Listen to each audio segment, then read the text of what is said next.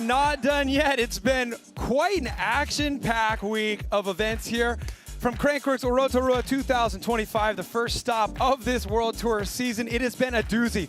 We've had racing, we've had slopestyle, and today it's all about specialized dual slalom. I'm Cam McCall alongside Alan Cook, and the thing that we're excited about today is this track. We walked it earlier. Yeah, it's been awesome. You know, the dirt crew out here, the Dirt Masters crew, they took advantage of there not being that speed and style course out here. So that gave them an opportunity to build a lot more aggressive high-end course. There's water gaps, there's things you have to clear. There's a hitching post. It's really a diabolical course and something we haven't seen before in slalom. Best part about the Crankworx World Tour is you can show up no matter your ability level and sign up for a race. There is an amateur dual slalom course, and then we decided it would be fun to just have the riders be challenged a little bit more and create this expert level course. We were calling it a pro-only course, but the U19 male and female also raced on this track, and they were killing it, and it was really a glimpse into the future of what we can expect here on the Crankworx World Tour. You're seeing on screen right now a treacherous shark pit you must gap over, airing off of a shark fin. It's gonna be fun. So this is just the first stop of the World Tour, but we gotta start touching on the fact that we've got a king and queen overall hunt that's starting now, right, Alan? Yeah, we absolutely do, and we have big points up today. We got 100 points for that winner. You know Ryan Gilchrist is going to want to extend that lead, but Aotearoa Penny, as we said earlier, 2 seconds this week already. You know he wants that top step, but you know he wants to close that gap to Ryan Gilchrist in that overall. How about that, right? The 2023 King of Crankworx, the local boy to Rotorua here, Aotearoa Penny, right there at the top, battling it out with the reigning king, Ryan Gilchrist, again. So more of the same. It's going to be fun to watch them battle all throughout the season. It's also going to be fun to watch the queen of Crankworx battle, which we also have a similar point structure for all the different events out here between pump track, air DH, downhill, slopestyle, and dual slalom, all with points up for grabs. And the queen of Crankworx reigning right now is Martha Gill from last year's overall standings. She's right there at the top again. It's been kind of a difficult week compared to the expectations we have based on what she showed us last season, but she's still in second place, but leading the charge right now is none other than Jenna Hastings. Yeah, definitely, but you know, the name on this list right here that jumps out at me is Sabina Kusakorva. Only 9 points out of second place out here doing the slalom. She's comfortable out here on this advanced course.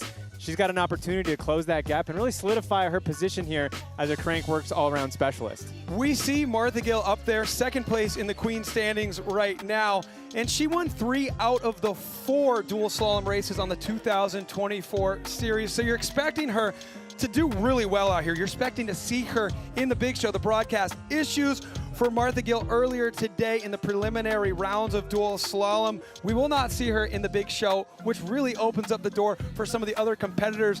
One, namely, the 2-time Queen of Crankworx, Caroline Buchanan. Yeah, Caroline Buchanan. We have her back. Last year really focused on that slope style, but back doing, you know, a mix of events. She always challenges herself, right? Every time she hits that top level, she doesn't get satisfied. She wants to change things up. Oh, I'm going to do slope style now, or I'm going to go back to BMX and I'll win another world champ. Like, always challenging herself, but I'm stoked to have her back at doing more events at all of the Crankworx World Tour. She does it all. She was in the commentary booth with us for Red Bull Joyride just a few months ago, wrapping up the 2024 series, but who would have thought it would feel like this came so quick? I swear we were just in Whistler 2 seconds ago. Turns out it was months and months ago. We're living the endless summer lifestyle, kicking off this 2025 season here in Crankworx Rotorua for the 11th time. And, you know, we're going to be in Cairns here pretty soon before we know it. Yeah, we were chatting about that earlier, starting to count things in decades. 11 years here in Rotorua. And it's always kind of been, you know, with the way the weather works with the hemispheres, it's always been a kickoff to the whole season. So, you know, excited to be back here for the 11th time, and we're going to close it out with one of the best events, slalom.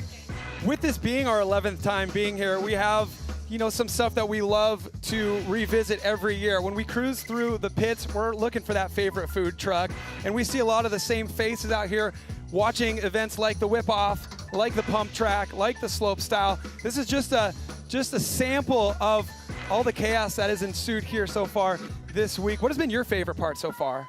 Oh man, I always look forward to the vegan food truck. That was one of my favorite things every time I come here. They're always here, they never let down. But man, yesterday watching that downhill race, that new track that they've come up with, it was one of the best races I've seen in a long, long time. So exciting. That bottom section seriously looked like outdoor motocross. It was amazing to watch the local boy, Lockie Stevens McNabb, take the gold in downhill just yesterday. He's taken home a nice memento from this event. You can as well. You don't even have to be here. We have a pretty fun little challenge. You got to jump through some of our hoops, though. Here's what you got to do. You got to follow at Crankworx on Instagram. You got to follow at Red Bull Bike on Instagram. Leave a comment on the most recent post about a rider who you think, it could be the men's field or the women's field, who you think is going to take the gold medal out here in the specialized dual slalom today. We will pick a winner, and guess what you'll get? You will get a signed jersey from Bailey Mears, a rider who was on the podium of the Pump Track Challenge just 2 nights ago, and a rider who's in our big show here for the Specialized Dual Slalom. Yeah, he's making it through in the round of 8. Really stoked. He's had a great Crankworx. That's one of the things about these events. You know, people come to these amazing places. It's an opportunity to just ride around in that area, but also a spot to, like, do a big pump track event, do a slalom like this. These are the only places you can do it. And you see riders like Bailey Mears getting on the podium, making it into the big show. Maybe my trajectory as a professional mountain biker is going to go this way now. So it's really exciting to see those new faces. Yep, new faces, and of course the familiar faces. And we have a tendency to just grab new recruits as we tour the world. Before you know it, we're going to be in Australia. May. It'll be time for Crankworx Cairns. We will be returning again to revisit the iconic now dual slalom course there, as well as the pump track, the slope style, and a legendary downhill track. A downhill track that has been home to world championships multiple times. Mark your calendar for Crankworx Cairns. And for those of you who are joining us via the internet broadcast from Cairns, we're gonna see you soon. It's gonna be 2 months. We're gonna be down there. Yeah, so much history from the Smithfield Bike Park there. That downhill track, I remember watching stuff from home, watching the World Cup races, and being able to be there and an opportunity to race it at these Crankworx was pretty fun, yeah. May 21st through the 25th, you're gonna find us the same place you're finding us right now, live on Red Bull TV. Can't believe we're in it. We're in it on another season, and we want to get you involved with us as well. We talked about this new and improved and quite advanced dual slalom course.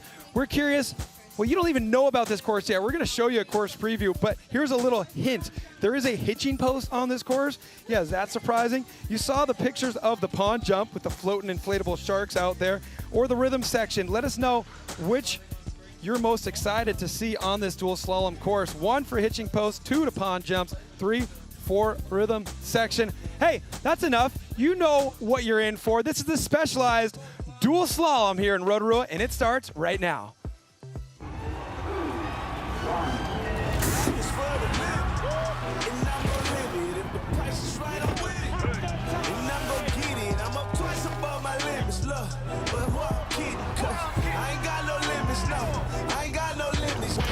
So bad, it's a party round here. All I see is gold, get us through my cardies round here. Always on top for the money, never tardy round here. Now I'm on top and they love me, keep some shawties round here. And we go pop us some bubbly, cause we going high, yeah.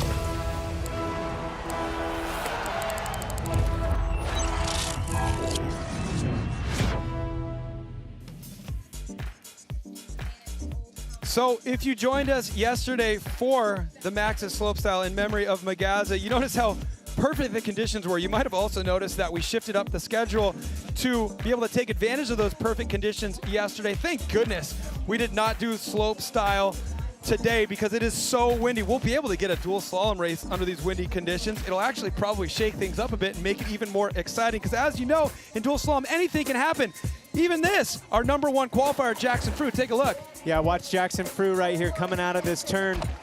You see him kind of skipping across the water like a flat stone right there. Not what he wanted to do right here. Keep an eye on his pedal right here. As he cranks out, his chain actually snaps off, and he's not able to get the drive out of the turn and just full-on tomahawk through the water. He actually put his leg right into that pond. Just goes to show how fast he was going to actually make it over. And then looking right here, we look at Aotearoa New Zealand right here. I would like to say our picks for tonight. You know, I really think with those 2 silver medals he has, he's really going to be sending it and leaving it all out on the course for this final event of the weekend. With 2 second places out here in front of the home crowd, Tehoto Ariki setting himself up with that 8th place qualification, setting himself up to take the win, but he's going to have to battle it out. The number 1 qualifier is out, but number 2 qualifier is very much in. Ryan Gilchrist, here is his round of 16 matchup against Kai Ahern. Yeah, Ryan Gilchrist looking not only amazingly fast and smooth, but creative up there. We were watching some of the early rounds. He's got lines that nobody has. He is such a smart racer, and he's going to be putting all those smarts out on this slalom track here today. And we'll be able to see those unique lines that he was doing in the qualification rounds later on in the broadcast. It's a tough task to make it into this round of 8, which is where we pick up here in our show. One of our favorite riders out there, the youngster, 23 years old, out of New Zealand, we're expecting to see in the broadcast today, not able to make it into the round of 8, but Sam Gale was nice enough to give us a course preview. Take a look.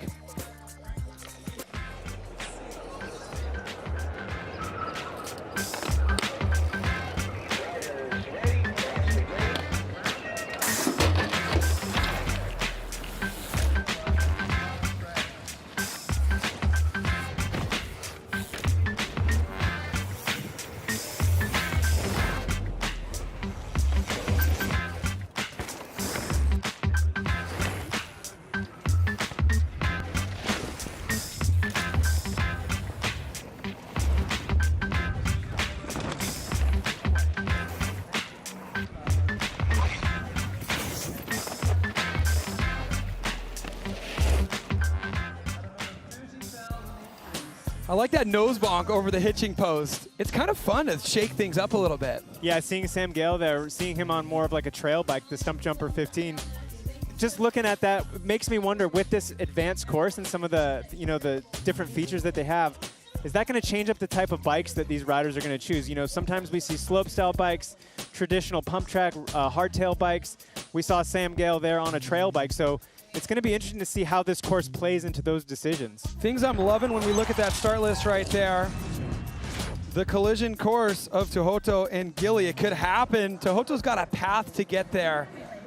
And right now he's going to be going up against, I believe, the 17th place qualifier. Tehoto is the number 8 qualifier. So on paper, Tehoto should have this one, but we saw what happened to Jackson Frew. Anything can happen, and usually does. Yeah, coming in on the round of 8 right here, there is no opportunity to relax. You see them already switching the lead multiple times. It's one of the cool things about this course. Both riders will take an opportunity on either side. So if there is an uneven advantage on one of the tracks, they'll get an opportunity. But looking really, really close right here. It's going to be awesome racing all day long. Almost nothing between it. Yeah, that was barely anything. Just 5/100ths in favor of Bailey Mears. Bailey Mears is the rider who's going to be donating their jersey from our nice little giveaway competition we talked about earlier. He was 3rd place in the pump track, but right here, this is going to be a drag race for the second run. Really tight racing between him and Tehoto. Yeah, one of the things I've noticed already, you know, out of this week, you can see Tehoto's mental game is on point. He knows exactly when to turn that intensity on. He was doing it all pump track. We saw him do it yesterday in downhill. So, you know, with him on his heels a little bit on this one, I would expect to see him turn it up in the next round. This track is going to deteriorate throughout these rounds, isn't it? It is a dry and dusty day out here with a lot of wind. Yeah, we luckily had the local fire department out here watering it down, and looking at it right now, with so much wind, it dries out the dirt so fast. It's almost impossible to keep the moisture in the dirt once you're in the sun. In the wind, there's nothing you can do. So yeah, the conditions are definitely going to play a factor in today's race. Well, we got Sam Blanketop and Niels Bentink here, the 4th and 5th place qualifiers. This will be an even matchup. We caught up with Sam Blanky about what he thought about this course. Of course, it's start, but I'm starting to get the flow a little bit more as we go on, so which is good coming into the racing, and I'm having a bit more fun now. I just want the wind to go away, please. He's a veteran. He's going to have fun no matter what's going on, and I like sometimes when the conditions are a little bit crazy, like they kind of are today, to see what the veterans are going to do. Yeah, that's definitely where his advantage will come through with the veteran mentality. He was talking about he's starting to get into his flow, and that's exactly how these racers have to do it. They got to build through these races, make sure their last visit to the course is the fastest one of the day. Right here we see Niels making a little bit of a gap right there. We saw him have a mistake in one of the early rounds. Oh, gapping all the way over that obstacle. He made a little mistake in pump track, so he's got something to prove out here. Look at those flat turns. How quick and controlled Niels Bensink was in those flat turns. That's where the interesting things are going to start happening as these heats go on. Well, Blanky was 5th here last year. He wasn't able to make it into the Final Four. To see what happens here this year once we get them back up to the top.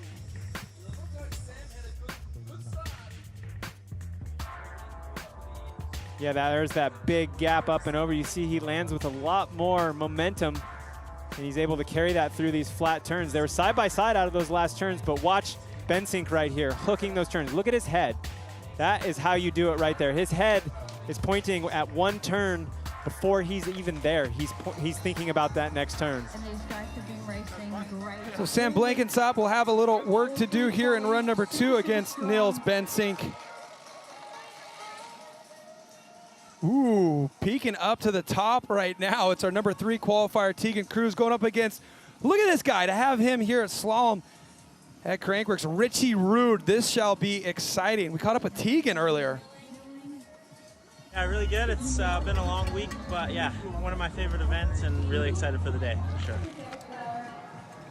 And we're excited to watch you on this day that you qualified in 3rd position. This is no easy path, though, if you want to make it into the round of 4. He's going up against Richie Rude, a rider with quite the resume. Yeah, probably the most watts any bike will have to go through today out of the gate right here. Let's watch the power out of Richie. Super strong out of the gate. Tegan Cruz drawing up side by side. He's got a little bit faster section. That inside line in the first turn really gives an advantage, but then coming through on this final turn, you'll see Richie come side by side, and then it's all who can make it down to the finish through these flat turns. Richie absolutely drifting around those turns. Did you see Richie? He was pedaling. The back tire was accelerating and drifting around that final left-hander. He knew he was behind the 8 ball. He was doing everything he could to try to catch up. It's going to be 0.3 advantage in favor of Tegan Cruz. Yeah, seeing these riders go through, there might be a slight advantage to that rider's right course, but as mentioning before, they are going to get an opportunity to hit both sides. So things are going to tighten up in these second rounds. Let's look at Richie right here. Watch this last left-hander. Yeah, just power drifting out of the turn. He turns his bicycle into a motorcycle, and the horsepower comes from those gigantic quads. Tree trunks. Tree trunks. All right, this is going to be cool. Again, Tyler Waite and Ryan Gilchrist, the teammates, the master and the apprentice, facing off against each other. This was just 2 nights ago. Ryan Gilchrist was in the gate next to his apprentice, Tyler Waite.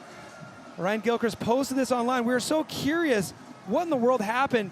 You figured it out, Alan. Yeah, looking at it, he just missed the pump with his back end, but he's pushing so hard, and as he was in full extension, his handlebar actually went off of his thigh, and as soon as that happened, his hand just exploded off the grip.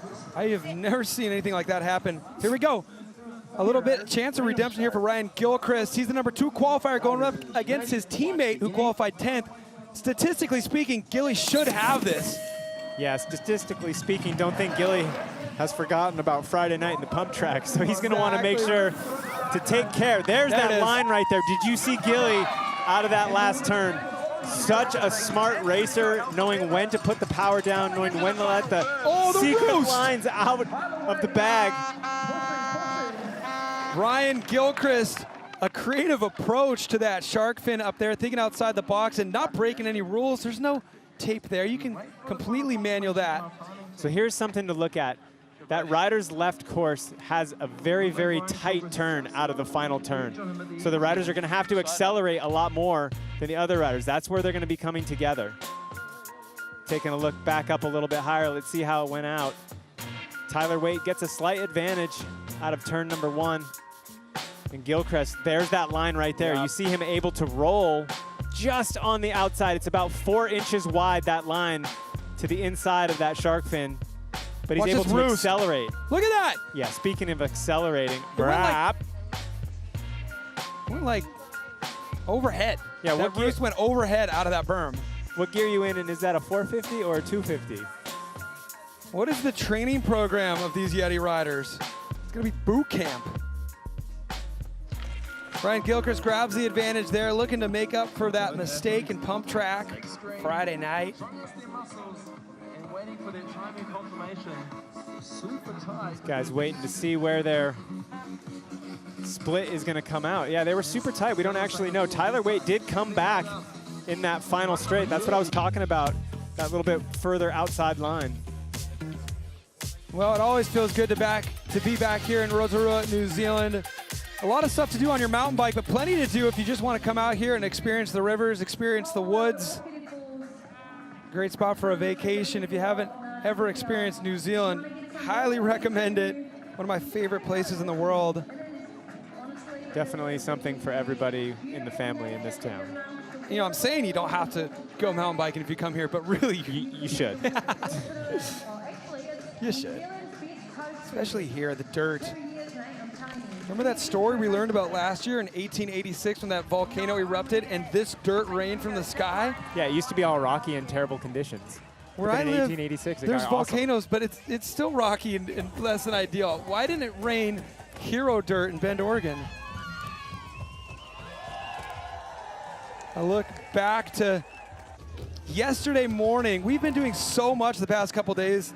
It seems like it was days ago, but it was just yesterday. This took place after the slopestyle was over. The riders were so relieved that slopestyle was over, but the conditions were so great they decided to just have a bit of a jam session on the final jump and create a game. That's kind of how the whip-off started, how the prop-off started. I don't know, did we just witness the birth of a new Crankworx makeshift discipline yesterday?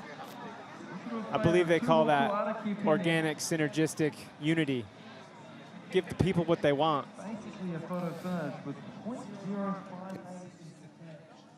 So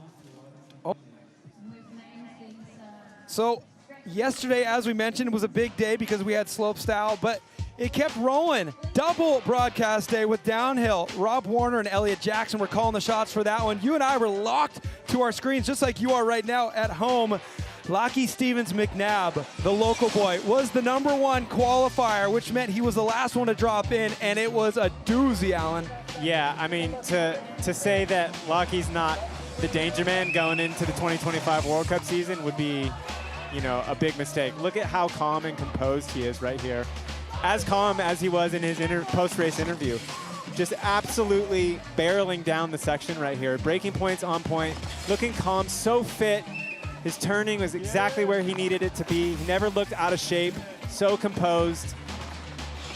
Yeah, it was a good time watching from the hotel room bed. You mentioned his post-run interview.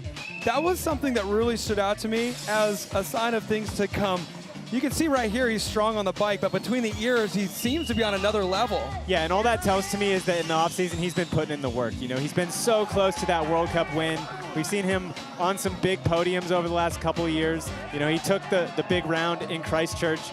He's putting in his time in the offseason, and this is what a confident rider looks like. In the finish crowd, Bree asked him, wow, you were the last one to ride. The times were so much faster in the final than in qualifying. How nervous were you at the top? He was like, oh, I don't really think I was nervous at all. The view was beautiful, so I wasn't really thinking about the race. I was just taking in the view. He dropped in and did that. Smashed the top time, held by, of course, Tohoto by 0.6. Basically, Tohoto was second in pump track, and then he was just 0.6 away from taking the win in downhill. He is so set for a victory here today, and the crowd would absolutely erupt just like that 1886 volcano if he's able to pull it off. Yeah, we'll get a fresh coat of loam up here on Skyline. That would be awesome. Yeah, Lockie looking absolutely perfect yesterday. So keyed in. It's going to be exciting to see how the rest of the Crankworx World Tour downhill goes. Hopefully we get him back out, keep on winning these races. So Lockie Stevens McNabb taking the win over to Aotearoa Penny by just 0.6 for the men. But we got to talk about the women in the downhill yesterday as well, Alan. Yeah, the women's race was awesome. Jenna Hastings coming back out, looking really, really good after some injuries. Also, this race, you know, looking so good, getting these racers prepped for the season ahead. It's so much a taste of things to come. Obviously the first stop of our 3-stop World Tour this year, but we're seeing these World Cup racers kind of sizing each other up out here on this brand new Rotorua downhill course here at Skyline. Yeah, one of the best opportunities to size up your competition when there's no local advantage. You know, everybody out here for the first time on this brand new, amazing track, actually. We were talking about how good this track was, showcasing the different types of riders and how they can attack. You know, we saw Ryan Gilchrist unbelievably, you know, just smashing his run, taking advantage of the, you know, the more pump track style, more bike park style portions of the track, and then other riders coming through that had opportunities in these really rough, tight, more classic raw downhill sections. So really we had something for everybody, which translated into an amazing race. You see here, Camille Belange just watching as those green split times continue to be larger and larger numbers. Jenna Hastings was on another level out here yesterday. Yeah, fastest in qualifying, last woman down, fastest in the race, doing exactly what she needs to do. How about this bottom section though? We talked about it earlier. It is so exciting. Yeah, I already signed up for the downhill next year after seeing this track. You already put your name on the list. Already. Look at that though. It looks like, we heard Rob mention that in the broadcast. He said it looks like an outdoor national motocross, and what better way to bring the riders down there into the finish corral. That's where the majority of the fans are standing. And we saw some loose moments. Remember Charlie's run yesterday? Yeah, Charlie Mack absolutely opened my mind to the way you could ride a bike. Just so loose and flowing through everything, letting the bike do whatever it wanted to do under him. So many good runs from yesterday's downhill. I can't take credit for this joke, but we got to talk about it because it's so funny. One of our friends mentioned Charlie's run. He looked like there was so much at stake. He only does one race a year, so he's just laying it all on the line. And he said, oh yeah, there's a rumor that Charlie Macca's family was being held hostage at the bottom, and he was pulling a full Liam Neeson to get down there and save the day. I mean, that's what it looked like. You got to do what you got to do. You got to find that on the internet. Hey, take a look. We're back to racing here. And we caught up with Tohoto earlier. We talked to him about this new track and the evolving conditions that we're probably going to see today. On the track right now, pretty dusty. It's real windy, so like trying to stay low, it's ideal. But yeah, it's actually a pretty mean track. Shout out to the boys for touching it up like that. So it's mean. He's always so chill. So yeah. what are you thinking? Are you feeling the pressure? Ah, it's mean. It's always mean. Yeah, I don't think Tohoto feels pressure. I got him for the win here. I'm going to give it to you. I mean, it's not a bad call. Yeah, but if you give it to me, how do I win? How do I get you to buy me beer if I win? You got to pick somebody else. Well, Bailey Mears, our jersey donator, he's going to give everything he has right here. Only .058, so he is for sure not out of it. Maybe a slight advantage on the rider's right course where Tohoto is. This final turn right here is where it gets hard for Bailey Mears. Pulling alongside, but that outside momentum, have it. Like a slingshot around the moon. For sure. Tohoto coming from behind, backed in a corner, makes up the differential and advances into the round of 4. And we were talking about a little earlier, Tohoto knowing when to put in the intensity. You know, you could call him a veteran. You know, he's been in this Crankworx World Tour. He's been on the World Cup Series. So he's a smart rider now. He's calculated. There's risk management in his riding. He knows when to lay it down, and I think we just saw him turn it on. So from here on out, it's only going to get faster. I mean, we're looking at an accomplished rider. Yes, he's local to here, but on the world stage, he's already taken the King of Crankworx crown from last season, but he is a force to be reckoned with on the World Cup Series as well. Yeah, just looking unbelievable. Coming out of that last turn, airing out of the berm and turning for the next turn. Watch right here. He lands and pivots. Oh, that was beautiful. He used the jump and the off camber to make him go around the turn. That is a special amount of bike control he has right there. It looked like skiing, but like cooler. Yeah, that because he's on a bike, of course. No, I just think skiing's cool, but Tohoto just looks cool when he does anything. So, who will find themselves in the gate against Tohoto in the semifinals, aka the round of 4? Bensink with the advantage over Sam Blankensop. But don't count Blanky out. Just .4 between these two. Yeah, Blanky, another veteran that knows when to turn it on. We're going to see him do it right here, up and over the hitching post, looking really smooth. Avoiding the croc right there, avoiding the sharks right there. So Blanky's going to have to turn it on and slingshot around this turn right here and maintain his traction on these flat turns, looking extremely composed. Look at the power across the finish line right there. Man. I think he had to make a point for it. Yeah, he does it by half a second. Sam Blankensop. Fastest time of the day right there out of Sam Blankensop. Way. Wow, so Tohoto will have to go up against Blanky with the fastest time of the day. That is going to be a run that could be a final there. Where Blanky's downhill expertise is going to pay off on this course is the fact that it is dry and your braking zones are going to have to be absolutely perfect. And these are downhill speeds that these riders are doing. So I think that's really going to play into his advantage as they start winding up and these runs get faster and faster. Good point. From all different aspects of looking at it, this is not a chill dual slalom race. You've got really tech flat corners. When it comes to the jump features, you got to jump over sharks for crying out loud. Yeah, I mean, and it's pulled in pump track specialists, downhill specialists, slalom specialists, free ride specialists, so it's really got something for everything. It's fun to see the bike choices as well to fit this course. Here we go. You want to tune in to see Richie Root backed into a corner, back by 0.3 against Tegan Cruz. Look no further than right now. Here we go, gates drop. Yeah, 0.3 advantage right there. Tegan Cruz is going to have to really give everything he's got. Richie Root is definitely going to lay down a hammer right here.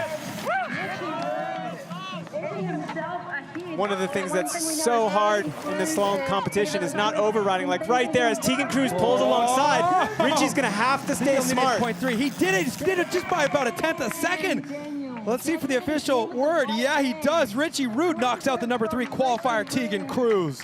Things are happening so fast. To have your competitor pull up alongside you like that and not break from the pressure and override the situation is something that's really hard to do in this slalom competition. Look at, you see Richie give a little pedal kick to get over that pond gap out of that shark fin. That's the same thing that Jackson was doing, and that's the reason why his chain snapped. Yeah, Richie coming out of this turn. That's where Tegan, that turn, that inside lane, it's really tight right there. Look at that. We saw him accelerating and spinning the back wheel in run number 1. He's doing that out of those shark fins as well, almost like little wheelie drops out. Yeah, I love it. So as this day goes on, the track is actually going to get better and it's going to get faster. Those flat turns, we might see some ruts in there, and that's going to give the opportunity for these riders to go faster and faster. These top riders, everywhere you would grab the throttle on a dirt bike, you see them just push down on those cranks. So many watts, just driving that acceleration. So Ryan Gilchrist, the reigning king of Crankworx, currently leading the points. We caught up with him. He had this to say. A good racing week, and yeah, I'm excited coming into dual slalom on a fresh track. They've done a really good job here, the crew, and one run of qualifying down safely, and yeah, keen to go back up for another. Dual slalom. I don't know if you caught that. I remember dual slalom. He always likes to put the sleigh in slalom. So going up against his teammate again, Tyler Waite, the rider who knocked him out, well, due to his own mistake. Ryan Gilchrist was out of pump track. Now it's a chance to revisit this opportunity here.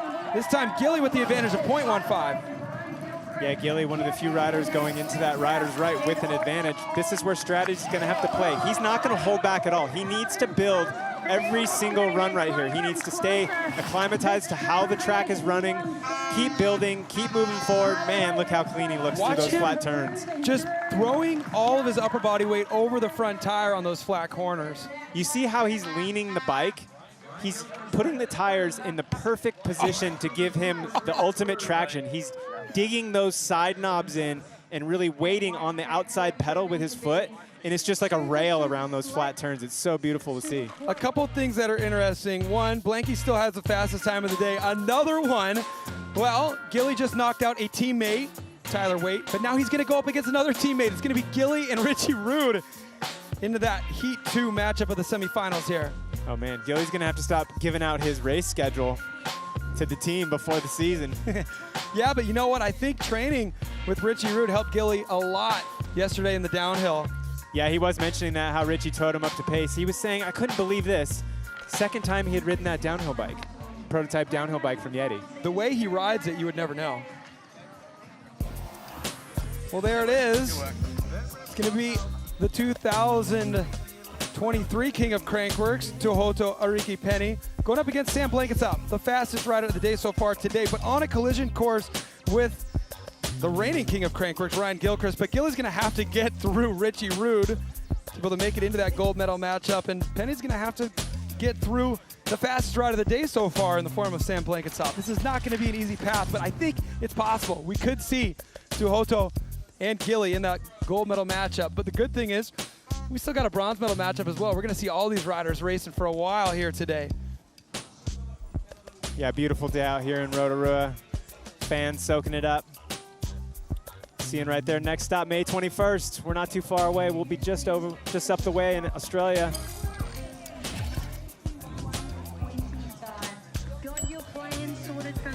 Well, we had a smaller field of competitors today for the women, but we will be joining up with them now that we've chiseled the men's field down to 4. We will pick up the action from the women in the semifinals as well, their round of 4.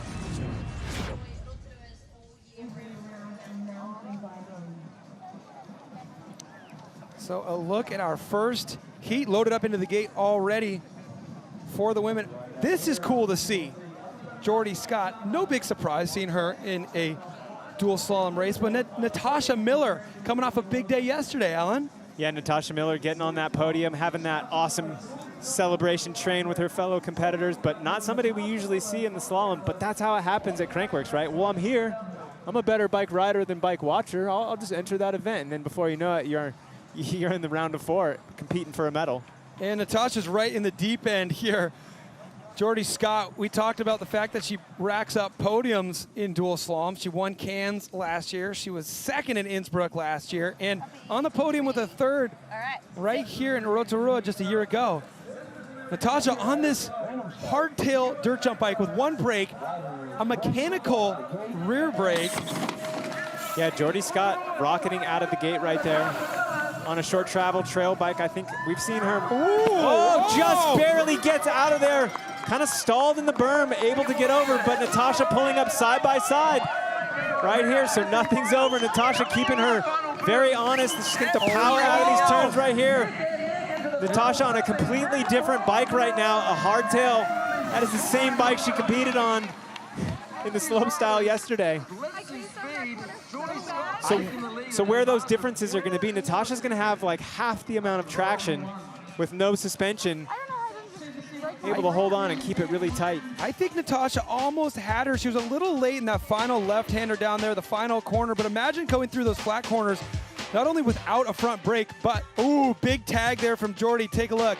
Yeah, she oversteered a little bit coming out, and it kind of threw her offline and didn't quite get the pop, but yeah, able to keep the momentum going, getting straight back on those pedals. So I think Natasha got a little caught up here in this final left-hander, but could you imagine going through those flat corners without a front brake? Here we go, here it is.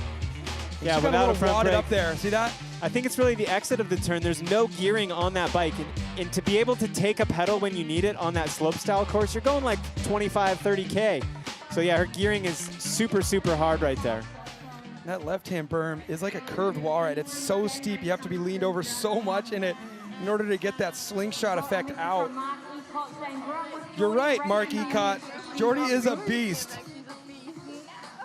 Says he used to grow up racing BMX with her. Speaking of racing BMX, we got Caroline Buchanan in the gate here in the semifinal matchup. Yeah, Caroline, a woman of many consistent qualifying runs. That one on the inside right-hand course, a little bit more technical, so found out where I can build some extra speed definitely for the final runs. But yeah, the girls are going really fast. We'll go straight through to the live broadcast round mate tonight. So stoked to have Caroline back out here, multiple events. You know what, too? This one, Cairns, Whistler, and Summer Series Silver Star, a dual slalom series for the Crankworx World Tour this year. I think Caroline Buchanan wants a piece of that. Yeah, a 4-stop slalom series. I think the mountain biking's need that for a little while. gate pops out. Both riders showing their BMX background. It's the same cadence on the gate right there. So this is where the track's gonna tighten up. Caroline's gonna get a bit of an advantage. She really needs to take everything she can out of this run right here. Oh, and Sabina gets a little bit off rhythm right there. Coming out of that last turn, getting a little bit stalled out for Sabina. Oh, and right there, Caroline, full drift into that second to last turn, barely holding on to it, getting that .801. Man, I'm wondering if, I'm willing to bet Sabina had posters of Caroline on her wall, right? I believe it for sure. Multiple world champion, BMX Olympian, World Cup winner. Such a tight matchup right here. Caroline keeping it tight. So right here, getting a slight advantage out of that inside turn, really having to hold Sabina. And let's see what happened coming into these rollers. These rollers are quite deep. Oh yeah, and look at right there. She just over-jumped quite a bit. Cannot believe she held on to that. Yeah, that was an amazing, amazing save. Watch it right here. She's trying to catch the backside to gain momentum and just floats right over and into the face. Her throat off of the stem, looking left, going right, and somehow stays on course. I almost think if she wasn't clipped in, her feet would have levitated and she would have got shot right over the bars. Usually, being clipped in makes you crash, doesn't save you. Yeah, I think it might have just saved her life. The upper body was almost like preparing for ejection. Then Caroline right there just drifting through those bottom two turns. Sabina shaking her head. I can't believe I saved that either. Sabina coming off of a third place bronze medal in the pump track 2 nights ago. But Caroline Buchanan, the 2-time queen of Crankworx, with the advantage of .8 out of heat number 1 there. She goes into run number 2 up against Caroline Buchanan. Best way to tackle it, probably a spear tackle.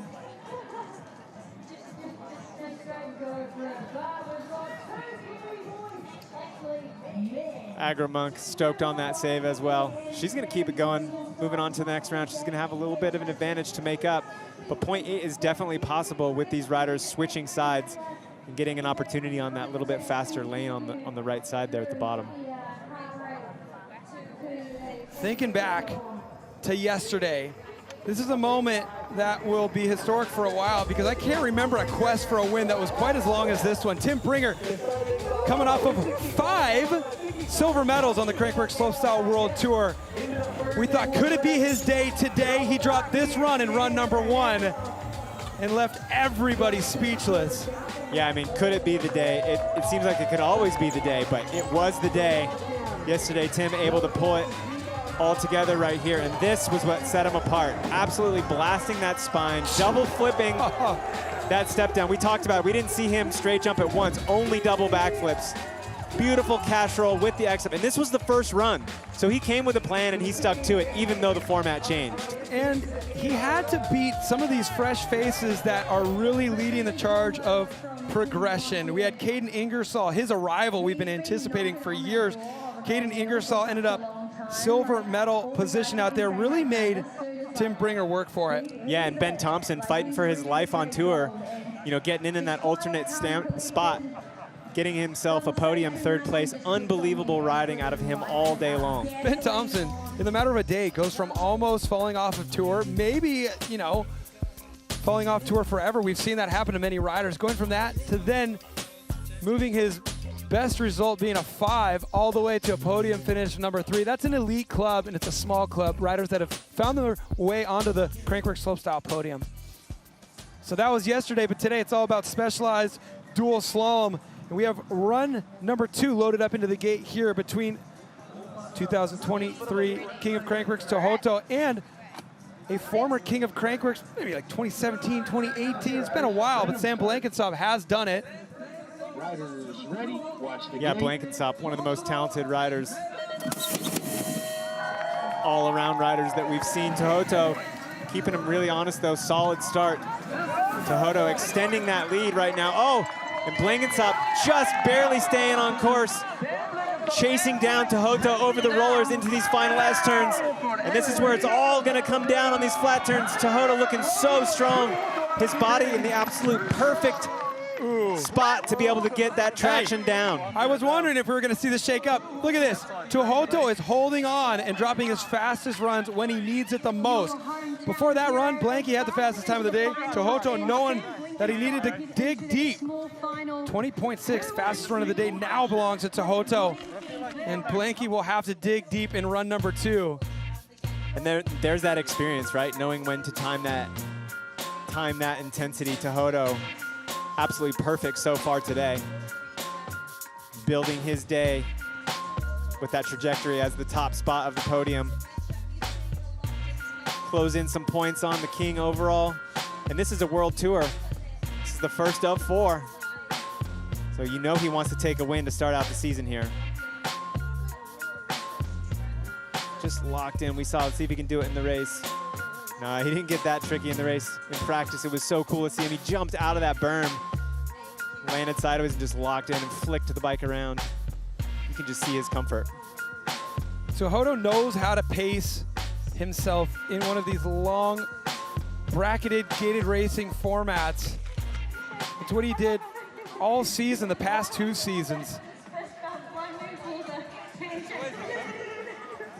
I agree in 1OZ. Tohoto's got a badass start. So here we go. Ryan Gilchrist knocked out his young teammate, Tyler Waite. Now he's got to go up against another teammate, Richie Rude and Ryan Gilchrist. Run number 1 of this semifinal matchup. Gilchrist with a slight advantage out of the gate, but Richie on that slightly faster track. Richie actually tapping the hitching post as he goes over, staying as low as possible. But this is where it's going to be really important for Gilchrist not to override. He knows he's got an opportunity on the next course, but he is locked in. Look at him around that 2-wheel drifting. Oh, that's probably going to be the tightest matchup. Look at that, 0.13. Richie Rude crosses the finish line first. I mean, that right side is faster, but it's got to be just by a small amount. Richie Rude, the fastest time of the day. Yeah, Gilchrist absolutely smoked that final turn. And I think that's going to carry some momentum. We got a fan right here, Richie Rude for the win. Well, he's proving it capable right there. You see his tires hit the hitching post coming over. There's Gilly doing that sneaker line there again, manualing alongside the lip, staying close to the ground instead of gapping out of that shark fin. This is where they're going to tighten up right here. Watch this berm. Yeah, watch Gilly. Entering high, getting that exit. Oh, that's the angle right there. On the pedals, on the power, maybe not exactly what he wanted, but Richie slingshotting around that last turn and carrying that momentum. Man, look at, those are good bike riders. Man. That's the truth. What does that feel like? I want to know. How many times has Richie Rude won the overall in Enduro? It's been like 3 or 4. Four-time overall world Enduro champion right there. Great to have him out here in the slalom race at Crankworx. I saw him on the start list. I was like, well, this is going to be good. I couldn't have scripted the fact that he'd end up against the reigning king of Crankworx, Ryan Gilchrist, who's also his teammate. True there. We got a fan here saying Gilly's so fast he almost won in the left lane. So true. Can't wait to see them switch sides. Speaking of Richie Rude, he's making a switch up. Not stoked to have him out here at Crankworx, but he's going full-time downhill. Well, this is a great place to train for any discipline, and that's probably the reason why Richie Rude has dropped anchor down here in his normal off-season. I'm always curious what the rider's favorite trails are. Let's find out what Richie likes to ride here in Rotorua. Hi, my name is Richie Rude, and this week in Rotorua, Tutiata is one of my favorite trails. I think Tutiata is, I don't know, it's just a fun track. Like, it's pretty fast through the woods. It's real tight with all of the big ruts and stuff and some of the corners, so it has a bit of variety, but kind of gets you going. The trails in Rotorua are pretty special. I don't know, I always find them like really fun and exciting, and kind of when you're in like the deep forest and you got all like more of like the native trees and stuff, it's pretty cool just being all kind of in the canopies and everything, and yeah.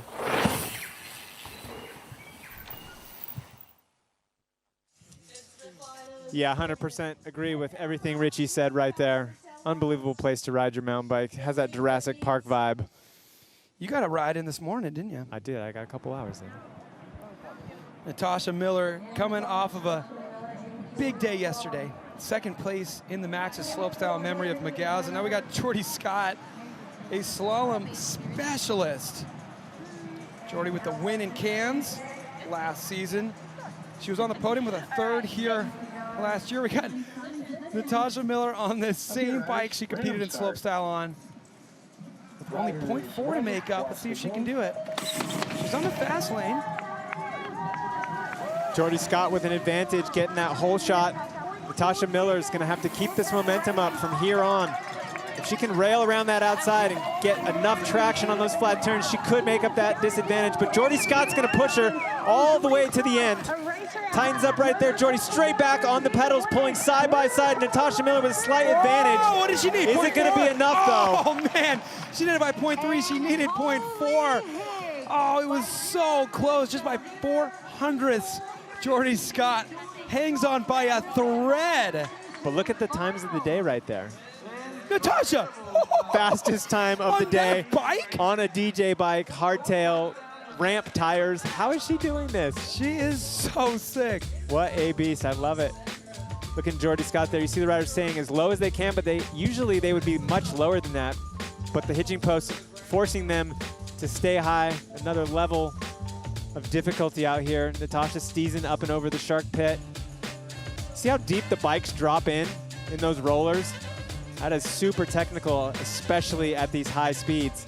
So talking about how Natasha Miller needed to rail that outside turn and keep her momentum. As you see Jordy on the tighter side right there, having to get back on the pedals. And Natasha carrying that momentum all the way through, getting about a bike length on Jordy, getting the fastest time of the day, but as we mentioned, unfortunately not enough to move on. Jordy, you won in Australia last year. You were on the podium with a bronze here last year. You were going up against Natasha, a slopestyle rider who was silver just yesterday. She's riding that hardtail. She really gave you a run for your money. Yeah, I definitely think I hopefully got the mistakes out of the way on that run. That first run, I am glad my wheels survived that. But yeah, this run will be much cleaner, and hopefully I can get that gold medal. How much more challenging is this course here today than the course we had last year? Yeah, this course is a whole nother level compared to last year. We're all super excited to get back to last year's course. It's like such a nice way to ease into the year of slalom, but not this year. So it got really beat up from the U19 guys racing it. So just trying to figure it out as I go, and I think I've ironed out the mistakes now. I can't wait to see who you're going to be going up against in the gold medal matchup. Congratulations punching your ticket there. Good luck. Yeah, we see all these riders. One of the things that brings out the different riders, the pump track specialist, the downhill specialist, the enduro specialist. This is the ultimate test of a rider's overall skill. So these riders out here are gaining skills. It's training, riding these tracks, this intense competition. It's getting them ready for the season. Who will Jordy meet up with in the gold medal matchup? Will it be Caroline Buchanan, a two-time queen of Crankworx, or will the new face on the tour, Sabina Kosarkova, make up the 0.8 deficit? Almost no advantage out of the gate right there. These BMXers on point out of the gate. Sabina getting her advantage right here. So this is where she had trouble last time on the rollers, talking about how deep they are and technical. Clean through that time. Let's see how much power Caroline can put down. Can she keep her tight? Caroline super tight on that. She needed 0.8, she just gets 0.3. Caroline Buchanan will do it. Punches her ticket into that gold medal matchup against Jordy Scott. Oh, wow, fastest time of the day. Sabina right there. Yeah, the tracks are getting faster, for sure. We see Caroline right there, sealing the deal. It's cool to see Caroline switching up a little bit. She's on more of a trail bike, a little bit bigger bike than she's usually racing these. Maybe that's a testament to the technicality of this track that we have out here in Rotorua for Crankworx. And this is where Sabina had trouble in the last run, those technical deep rollers. Watch, there's that double. She catches backside. Perfect this time. Here she comes around. There it is, backside, gets the back end, pumps. Getting momentum, slingshotting around this turn right here. Again, getting the fastest time of the day, but not enough to close the gap on Caroline Buchanan.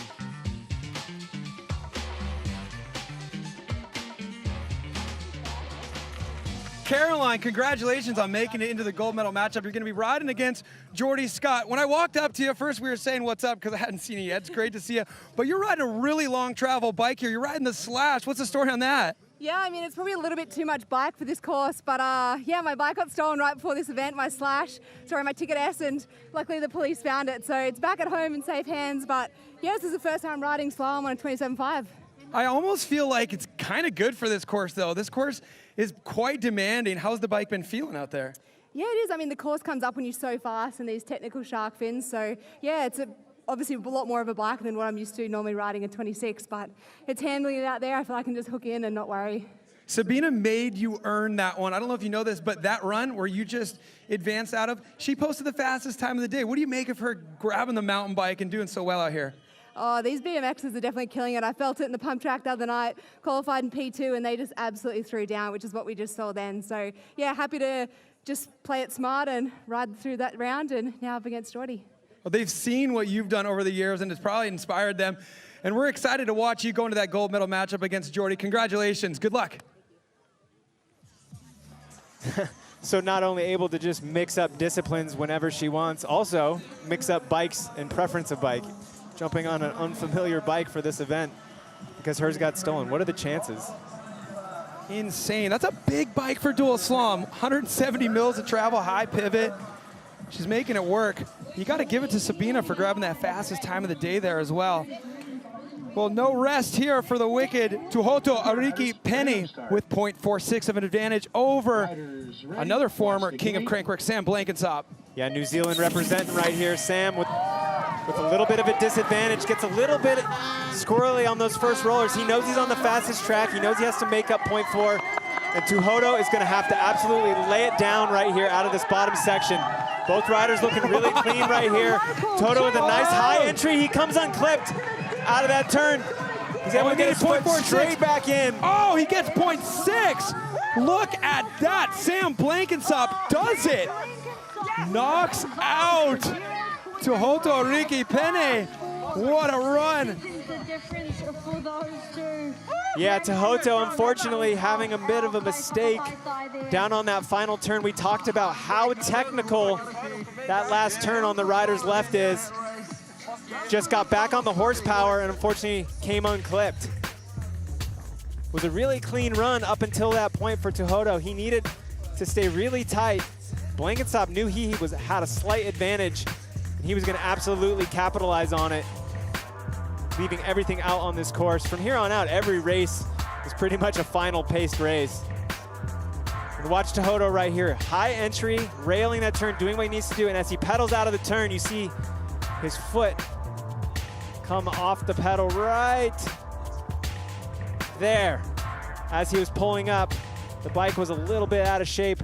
Look how good he got it clipped back in. He did that actually in the downhill course and lost almost no time. But unfortunately, lost enough time for Blankensop to snap that opportunity to go to that gold medal matchup.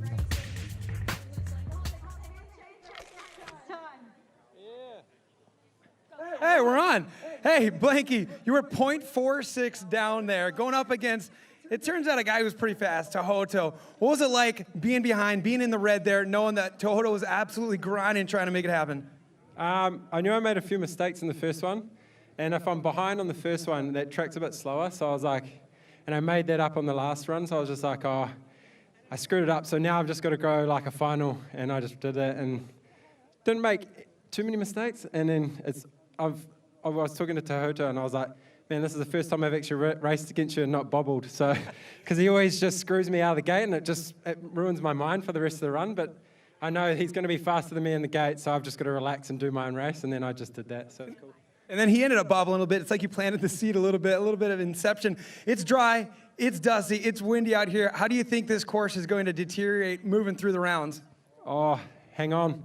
I changed my tire in the front because I was sliding a bit in the qualifying runs, so I just changed that to an Assegai, and it's just hooking up now, so I can kind of push the limit a little bit more. So, yeah, balls to the wall. Let's see it. Let's see how far you can push it. Congratulations, Sam, making it into the gold medal matchup. Hi, Tuhoto. You're still hanging out here. What's up, dude? Good to see you. That was wild right there, man. You were pushing so hard. What happened out of that final shark fin? I think I unclipped on that corner and I was like, shit. But I tried to bring it back, but it was close. It was all good. Couple second places out here already this week. What's it been like, starting another Crankworx World Tour? You've won the overall thing again.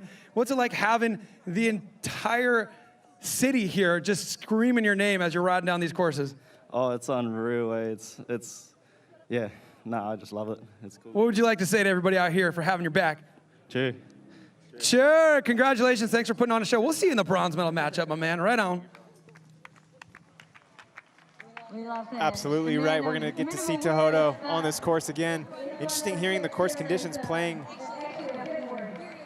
a part in the tire choice out of Sam Blankensop. Gilly fighting from behind, 0.13. That is a blink of an eye. Richie Rude with the advantage. Only one's going to join up against Blanky in the gold medal round. Yeah, both of these riders right now are going to be pushing each other super hard, seeing each other in their peripherals, knowing where the faster points of the track are, just waiting to attack. Here comes Richie Rude. If anybody's got power to take the advantage out of this turn, you know it's Richie. Gets a little hung up. Gilchrist looking strong right there, lunging through. Will it be enough?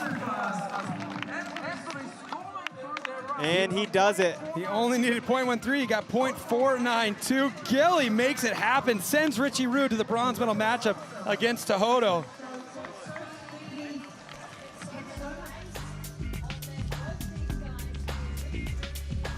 Yeah, these riders pushing each other. I was saying, seeing each other out of the peripheral, just kind of playing with the rider, pushing where you need to, not overreacting when you see them catch up.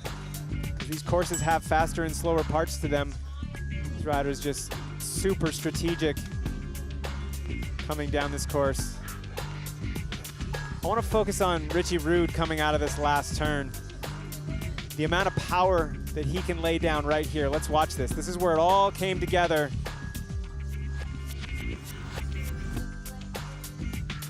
For Ryan Gilchrist, you see them come out of his turn. You see Richie dug in just a little bit, and that slowed him down enough to give Gilchrist the opportunity to carry that momentum that he built up, slingshotting out of that rider's right, all the way to the finish.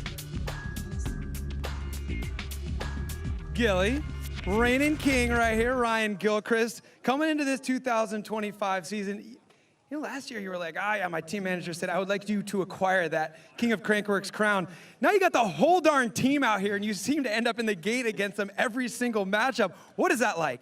Oh, I mean, Yeti riders are damn fast, and I feel like Damien wants to make it harder. But yeah, that was a bit of a dream matchup there against Richie. Been like a bit of a role model for a really long time in the Yeti program, and before that it was kind of just looking up to how he was dominating everything. So to be able to race against him is a bit of an honor. Y'all have been trading back and forth fastest times of the day. You're going up against Sam Blankensop in the gold medal matchup. Your thoughts? Well, this morning I was watching a Sam Hill downhill tribute, and I saw Blinky win a World Cup in some Yeti colors, and yeah, it fired me up. I was like, man, this guy's still got it. So to be in the final against him, pretty epic. I guess we're going to have a Aotearoa versus Australia battle out here. I can't wait to see it. Congrats on making it into the gold medal matchup. Get up there and, drop the hammer. I love it. I love seeing the new guy understand and respect the opportunity to race the established guy. Looking at these medal matchups, it's going to be Tohoto Enrique Penny against Richie Rude for the bronze medal, and Sam Blankensop and Ryan Gilchrist for the gold medal. Yeah, I mean, this is kind of what dual slalom racing is all about. And just kind of quick thoughts here. Dual slalom's always fun, but it's even more fun when you have an advanced track like this. Yeah, I hope this is something they carry through. I haven't heard the plans, but we got 3 more slaloms after this for the World Tour and the overall specialized dual slalom championship. But I hope they keep it going. It's nice to see. That's one of the things that is so cool about Crankworx, is they're not confined to as many organizations and rules and people that don't actually ride making the decisions, that we can be flexible and create new aspects of riding. It's awesome. Turns out dual slalom rules. Yeah. And we got a great series for it. We're also trying to give this away to somebody. Is this interesting to you at all? Would you like to have a Bailey Mears signed jersey? You saw him out here in the slalom race. You also saw him on the podium, 3rd place in pump track. This is the weirdest thing. I can tell what deodorant these riders wear when we give away these jerseys, or if they don't wear deodorant at all. Bailey does, so you're in luck. You have to follow at Crankworx, follow at Red Bull Bike, and leave a comment in the most recent post tagging the rider you think who's going to win. It could be the men's field, could be the women's field. We're going to select somebody who jumps through our hoops that I just mentioned, and then we're gonna send you this jersey, and you can put it up on a wall. You can do whatever you want with it. I recommend putting it up on a wall. Yeah, well, are you gonna leave us hanging? What is his deodorant of choice? I don't know that much about deodorant, Alan. I can just confirm that he does wear some. That's good. I'm thinking Right Guard or something. A little bit of a dust storm, sorry.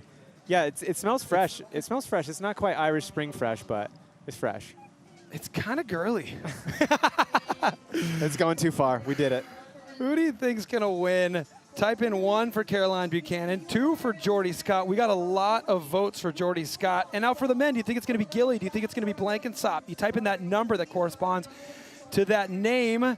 We already see these rankings kind of jumping back and forth here a little bit. 50-50. Caroline Buchanan and Jordy Scott, yeah, that's a 50-50 matchup. Yeah, I mean, it's funny. We were saying earlier, you know, at this point, everything is a final matchup. These riders are pushing so hard, and that's exactly what Blankensop used to his advantage. He said, I just had to go like it was a final.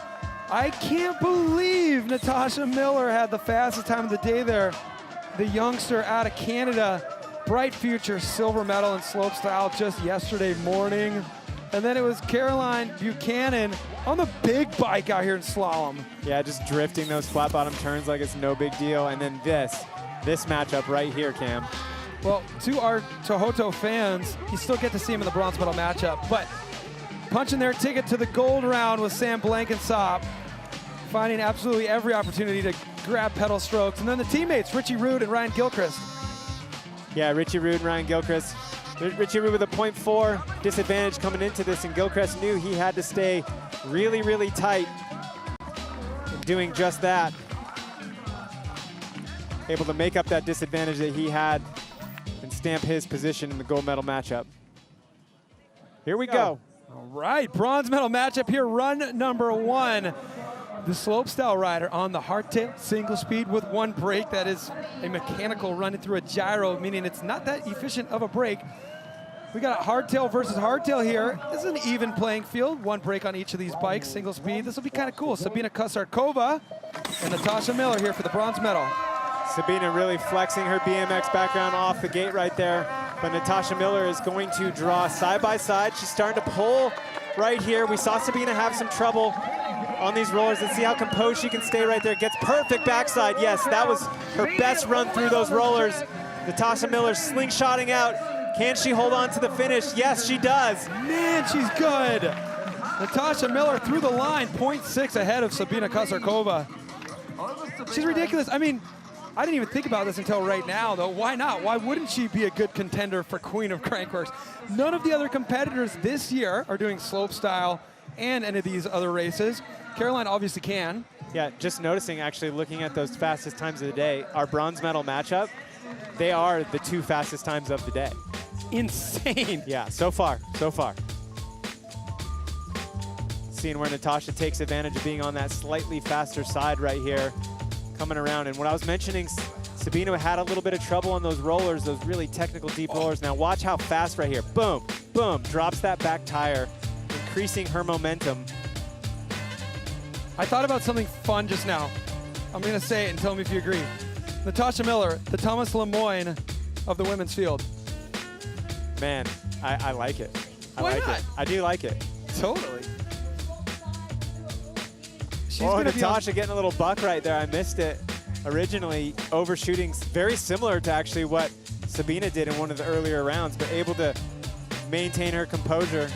And she did not have the clipless pedals to save her from blowing feet. I love that shot, seeing the riders getting back on the horsepower. Oh, look at the eyeballs. Knowing that they're just pointing at flat turns with no rut or traction. I saw Natasha cruising around Red Bull Rampage as well. She's so young and she's so skilled. Who knows what she's going to set her sights on, but it's exciting to see her setting her sights on dual slalom today. Bronze medal matchup number 1 between these two here. Natasha taking the advantage. 1 more run before we determine who takes away the hardware. I'll Tell you what, I know Sabina would like to walk away with her second bronze medal of the event. Coming out in pump track world champion, actually. So we talk about Natasha Miller grabbing the silver in slopestyle yesterday. Let's take a look at the gold medal run for the women's field. It had been a long time coming. All the rumors last year in the inaugural year for women's slopestyle on the Crankworx World Tour, everybody had their money on Patricia Druin. She didn't take to the course at any of the 4 World Tour stops. First time we got to see her drop in the big show was yesterday, and look what she did, Alan. Yeah, she went huge right there on one of the biggest jumps on the course. Massive backflip tuck no-hander, hitting all of the obstacles. Big bar spins, lots of technical combinations. Right there with the one-handed X-up. Staying really smooth on the spine. Suicide no-hander in. Coming into this final, getting a couple pedals in. Bar spin to bar spin. And this front angle that we had showed how close that second bar spin was. Her hands and her tire landed at the exact same time. And we said it yesterday, but that is a glimpse into what women's slopestyle is going to look like from here on out. The level has officially been elevated. Patricia Druin taking the first win of the season, but Natasha Miller was right there on the second step. Here she is, racing slalom here today, one step away from a bronze medal. We have a bronze medal to give away for the men's field as well. Who's gonna take it? Will it be Tohoto Ariki-Penny or will it be Richie Rude? Run number 1 for the men's bronze medal matchup in the gate now.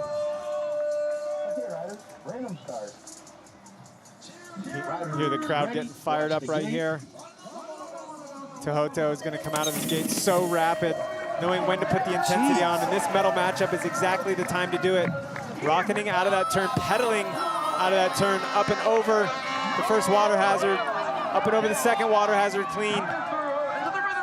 Hitting his marks exactly perfect. Oh, right there. How did Richie Rude hold on to that? His bike was completely flat. Time of the day right there. Tohoto, fastest. Oh, fastest time of the day from Tohoto right there. Richie Rude with the second fastest time, too. Yeah, Richie Rude with a little bit of a clinic on how to survive. Richie's going to have a lot of work to do because of that mistake in the final left-hand turn. Looking forward to seeing the replay of that. The amount of G-forces in that corner when Richie Rude compressed into it. Yeah, there's a really awesome BMX facility here in Rotorua. You can tell Tohoto has gone over there and really honed in on his starts. The start being so important in these rapid head-to-head events. I mean, to gate snap Richie Rude is an accomplishment. Yeah, to say the least. All right, we're gonna see the left-hander, Richie Rude. Oh, he goes high in the berm, blows it to pieces. Almost drags his shoulder coming out of the turn. Did you see him, how quickly he unclipped to avoid falling, and then how quickly he reclipped? You could actually see the bump of his left foot getting locked back into those clipless pedals. Yeah, Richie Rude, multi-time Enduro world champion. You have about 100 of those on the way down an Enduro race. He might not have even noticed. Well over 10,000 hours of unclipping and clipping back in.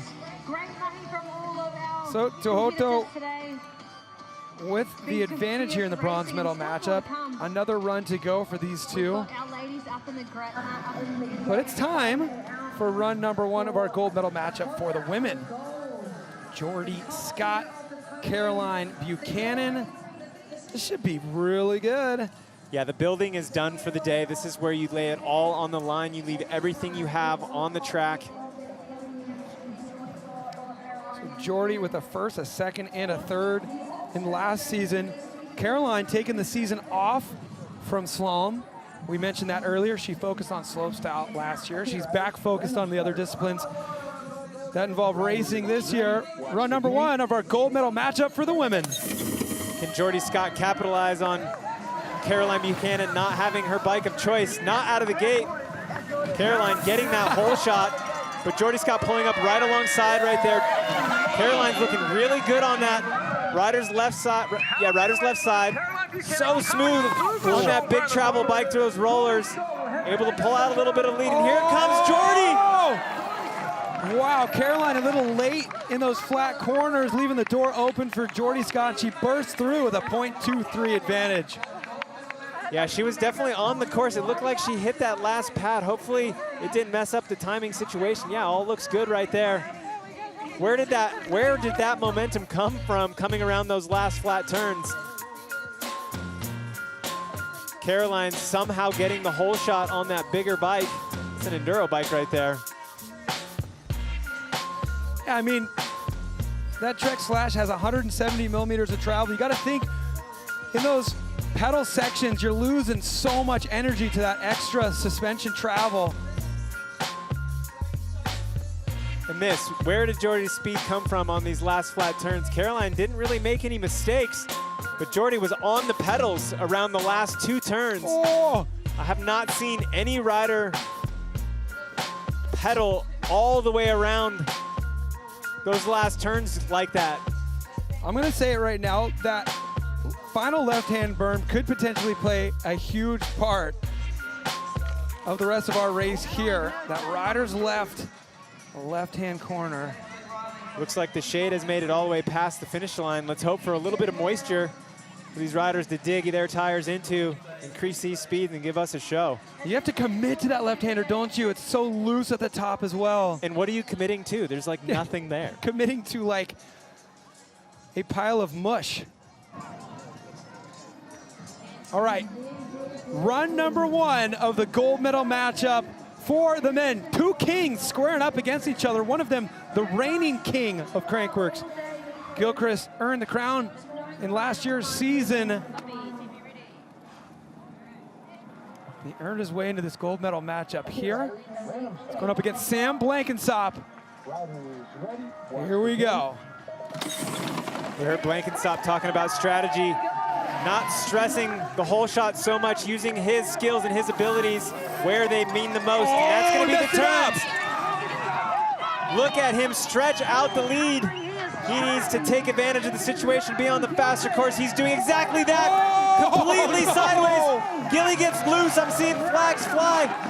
I think it was a clean run, but a .9 advantage is going to set up an unbelievable final when they switch sides. That run was a stumble down the stairs there for Ryan Gilchrist that started in that shark fin feature where we've been seeing him manual. He missed the timing there, pretty much cased the landing instead of getting all the juice off of the backside of the takeoff.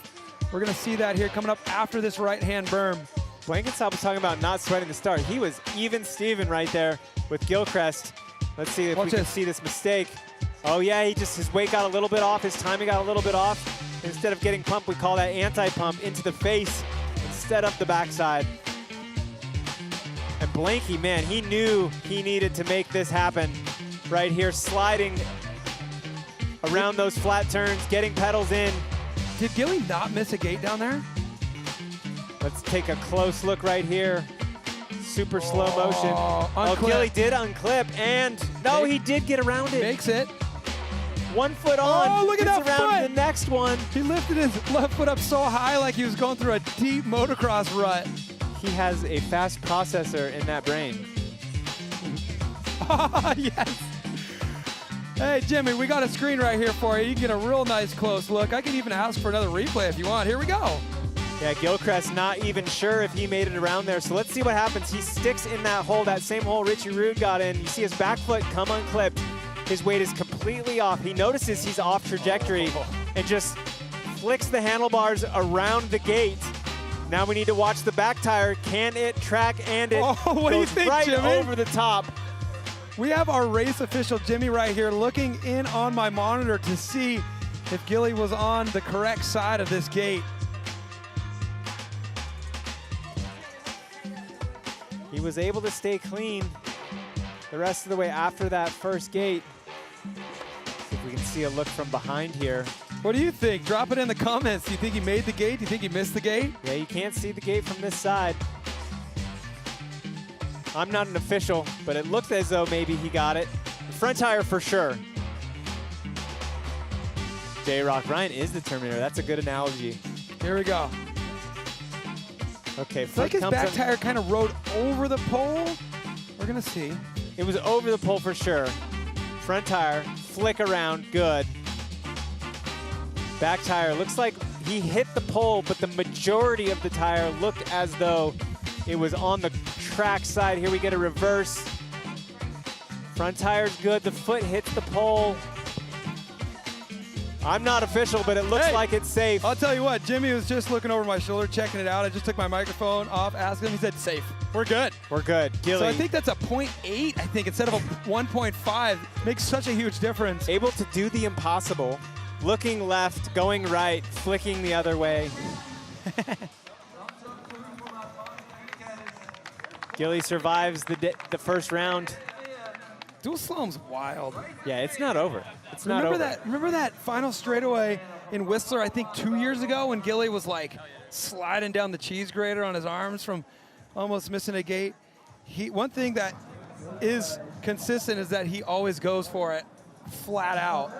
Oh yeah, time to give away some hardware. The second and final run for our women's bronze medal matchup. Natasha Miller and Sabina Kosarkova. Natasha with the advantage. Dirt jump bike battle here on dual slalom. Look at how far down she has her brake levers. Yeah, this is yin and yang right here. Each rider having their own advantage on the course due to their skills. Right there, Sabina using her advantage out of the gate with that BMX background, extending that lead on Natasha Miller right now.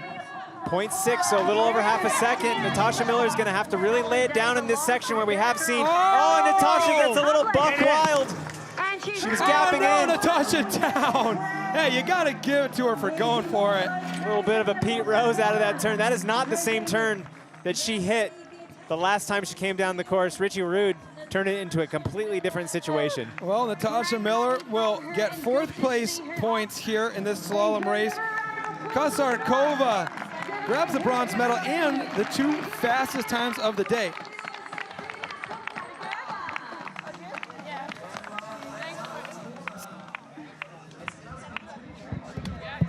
Natasha confirming she's all good right there.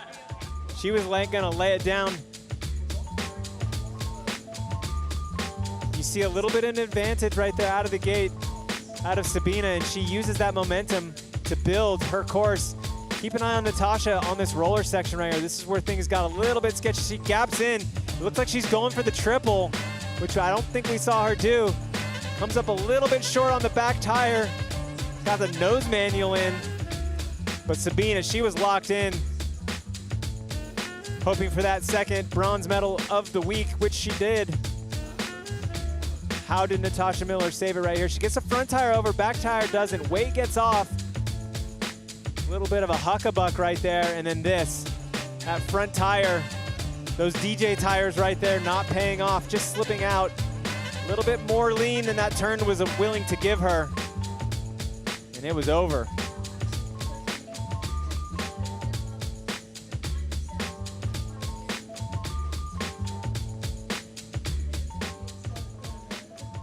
Sabina, congratulations on winning that bronze medal out there.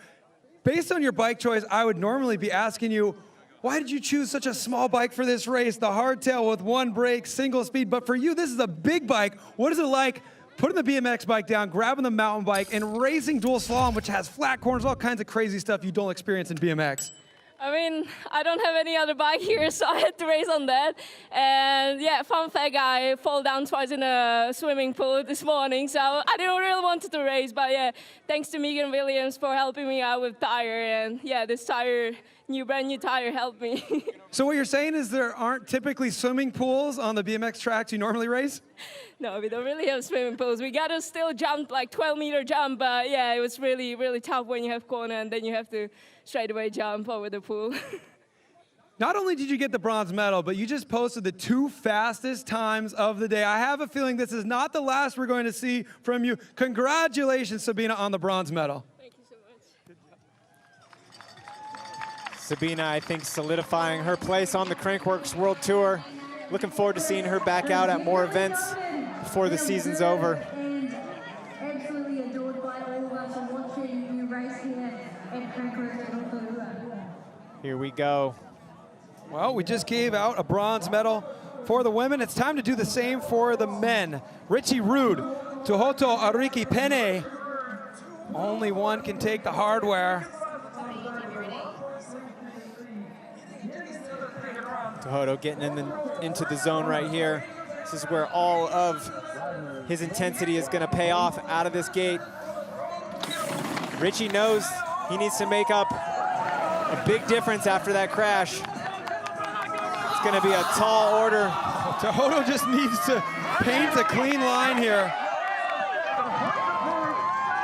Yeah, Richie's going to push him all the way to the finish. So clean through that outside turn. Oh, Tohoto! Richie needs 1.3. What's he going to get? He gets 1.1. I don't think it's going to be enough.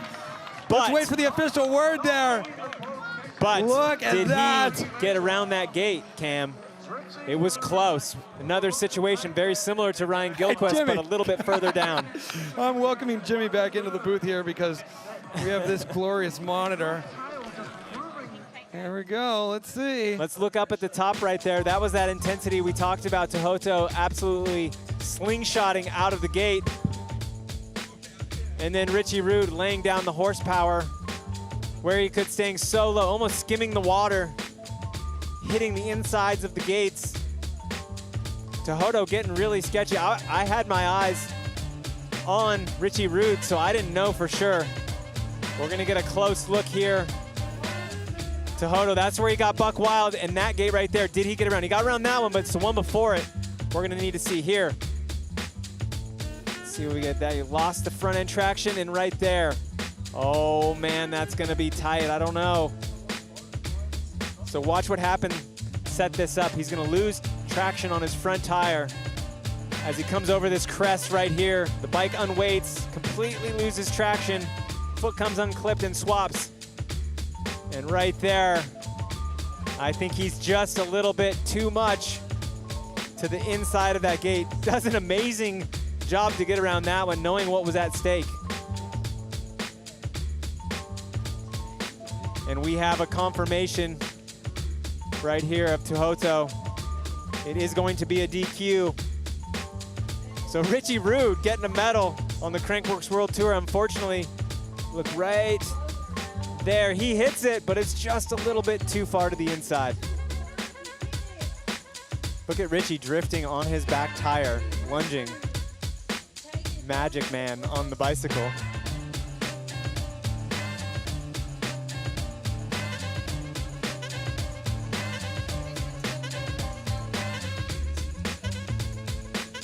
Richie Rude, bronze medal. We were hanging out together, what was it, 3 months ago? And you said, oh, I'll see you in Rotorua. I'm going to go down there and do some Crankworx. And here we are doing a finish crawl interview for a bronze medal. First of all, thanks for showing up. What do you make of this course right here? It was fun watching you ride it. Yeah, it was definitely like really fun to race. Had a bit of trouble in practice just getting used to it and kind of finding the flow. Like my last dual slalom race was probably 10 years ago. So yeah, been a while, but yeah, with racing, it's actually pretty fun and good to race all the boys. Well, you showed up, you made the most of it, grabbing a bronze medal, a nice little souvenir for going home. How was the downhill yesterday? It was fun watching you ride that as well. Yeah, it was really good. Once again, just fun race, kind of like super happy with my performance and everything was, and good crowd out there, and yeah.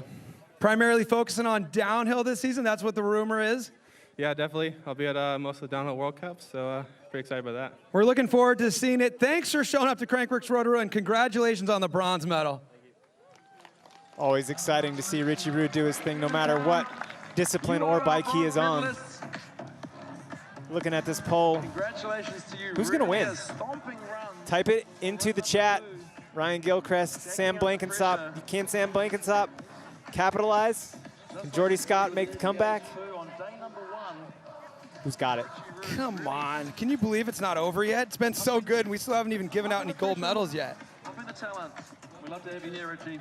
And from bronze to gold, we have our ladies matchup. Speaking of gold. All right, gold medal matchup.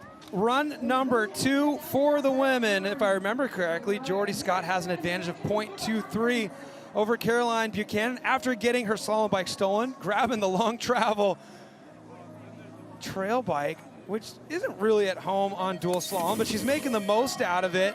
Here's a look back at run number 1 in this gold medal matchup. Yeah, looking back at how tight this race was, Caroline able to make that rider's left course work for her and stay extremely close. Actually had the lead where most riders didn't. Right here, this is where the magic was out of Caroline coming out of that turn, keeping her momentum going in the lead all the way until the final flag right there, where Jordy used that slingshot up from above and brought it all the way to the finish. But now they're gonna switch tracks and the strategies have to absolutely flip. Well, there you go. You saw run number 1 here. The stage is set. The gold medal will have a new home here in about 25 seconds. Riders ready. Jordy Scott with the advantage of .23 over Caroline Buchanan. Here we go. Caroline with a perfect start out of the gate right there. Staying really smooth, high on that berm, coming down, keeping her trajectory low, catching the backsides of those berms, increasing her momentum right there, using that enduro bike, staying smooth. Jordy Scott pulling up alongside Caroline. This is where she's stretching it out, where we saw Jordy lunge forward. Oh! And Jordy misses the final gate. An amazing, amazing ability to stay on 2 wheels, but unfortunately missing that beam.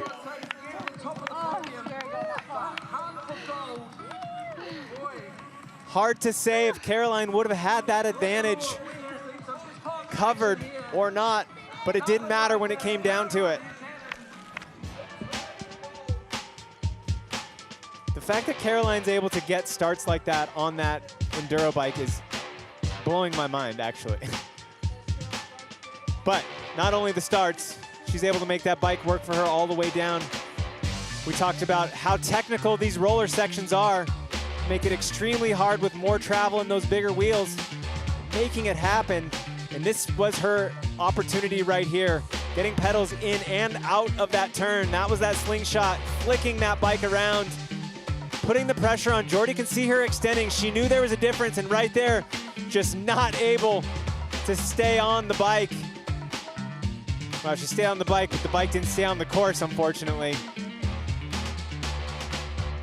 She knew she had something special, drifting and floating right there, just a little bit late.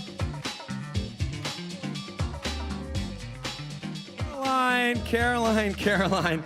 Not an easy road to the top step of the podium here today. You talked about it earlier. Your bike got stolen. You had to grab your long travel bike. And then Jordy really made you earn it as well. I wish we could tell if she was going to make up that advantage there. I don't know if you know, she missed the gate out there. Hard-fought battle here today. Did you just find that out for the first time? Yeah, I mean, I was holding on for dear life around one of that first flag as well. I felt that full front wheel wash out and managed to pull it back and just told myself, like, stay forward, weight the front, eyes up. And at that point, it's just no brakes. You got to hold on for the ride. And this is honestly one of the coolest slalom courses I've ever had. It was, you know, absolutely, you're on the edge of your seat. So I like that ride. Well, we're going to keep doing this all season on the World Tour. You like this slalom course. They're going to be more challenging in Cairns and Whistler, and there's the stop at Silver Star as well. You didn't compete in slalom last year. Are we going to see at all those future stops here for the rest of the summer? Definitely, I'll be on the slalom. The spin style is obviously not on this year, so taking on the pump track as well as a bit of a 3-cross action, I hear. So yeah, my Trek bikes, Max's tires, everyone will be gripping up. Happy birthday to my nanny. It's her birthday today, so I know you helped me hold on for that one. Happy birthday, Nanny. Hey, a 2-time queen of Crankworx now grabbing the gold medal in the specialized dual slalom. Make some noise for Caroline Buchanan. There it is, the gold medal. Never count Caroline Buchanan out. Any discipline, any bike, even if it's the wrong bike. Such a talent, an overall bike rider. Multi-time BMX world champion, Olympian, queen. She's done it all. I feel like you need all of those experiences that she's racked up in her long career to deal with the adversity of stuff like having your slalom bike stolen and then still winning slalom. Oh yeah, I'll just bring the other bike. No big deal. Insane. Who's gonna win for the men? 2 kings, one of them the reigning king from the 2024 season, Ryan Gilchrist, going up against Sam Blankensop. They've been flopping back and forth. A lot of these riders have held the fastest time of the day at one point or another today. Yeah, absolutely. They're building to a ludicrous speed. Their ability to stay on this track and their timing to match their speeds is unbelievable. We see Sam Blankensop extending that lead right there. This is where Gilly got buck wild. Everything he could do to stay on course. Didn't get a DQ, but he's gonna have quite a disadvantage. I think if I remember correctly, it's like a 0.8. It would have been it was millimeters away from a 1.5, but we determined that that Gilly did not miss the gate. We're gonna see that advantage here in a sec before they drop. Is it Gilly bark? He's barking. Somebody's barking. Fired up. Woof. Oh, 0.978. All right, Sam Blankensop with the advantage of 0.978 over Ryan Gilchrist. Gold medal on the line. So Gilly's gonna have to stay calm. He knows he's on the faster course. He's gotta be absolutely pinpoint perfect. But Sam Blankensop, the World Cup racer, he's won those races. If anybody can make this bottom turn work for him, Blankensop can, and he doesn't. Oh! Gilly pushes Blanky to his limit, crosses the line first, and takes the gold medal with the fastest time of the day to boot, getting past that 20-second threshold. 19.961, the fastest time of the day. Blankensop knew his opportunity and the crux of his run was that final turn. He put everything into it, and again, these riders are pulling their feet out of the clips on that last turn because of how much pressure and how much force they're putting them under. They're stronger than the bike parts. That's how you know they're strong.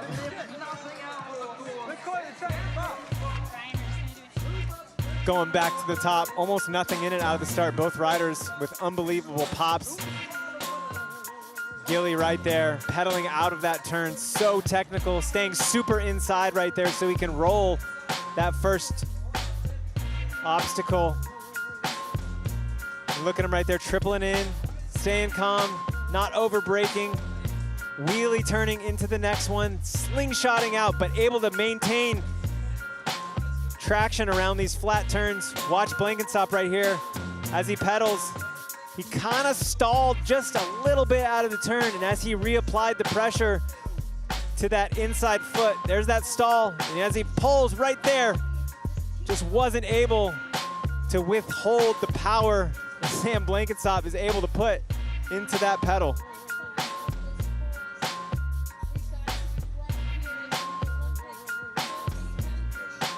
Gilly, millimeters away from missing a gate and run one of the gold medal matchup. You get yourself to the top of the course, and you absolutely grind to the finish line. There was an error in run number one as well.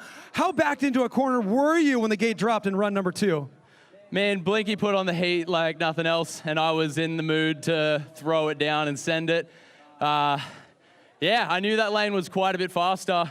I didn't know I could wring that much out of it, but yeah, got pedals in everywhere. Tried to be like Jared Graves a little bit.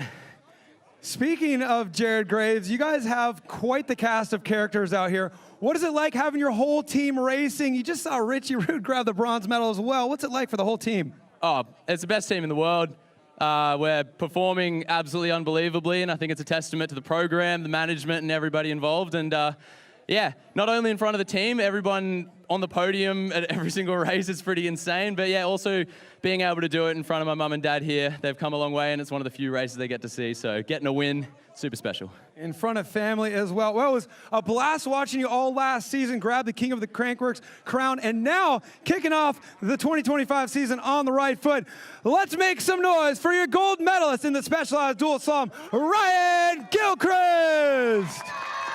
Oh, no way.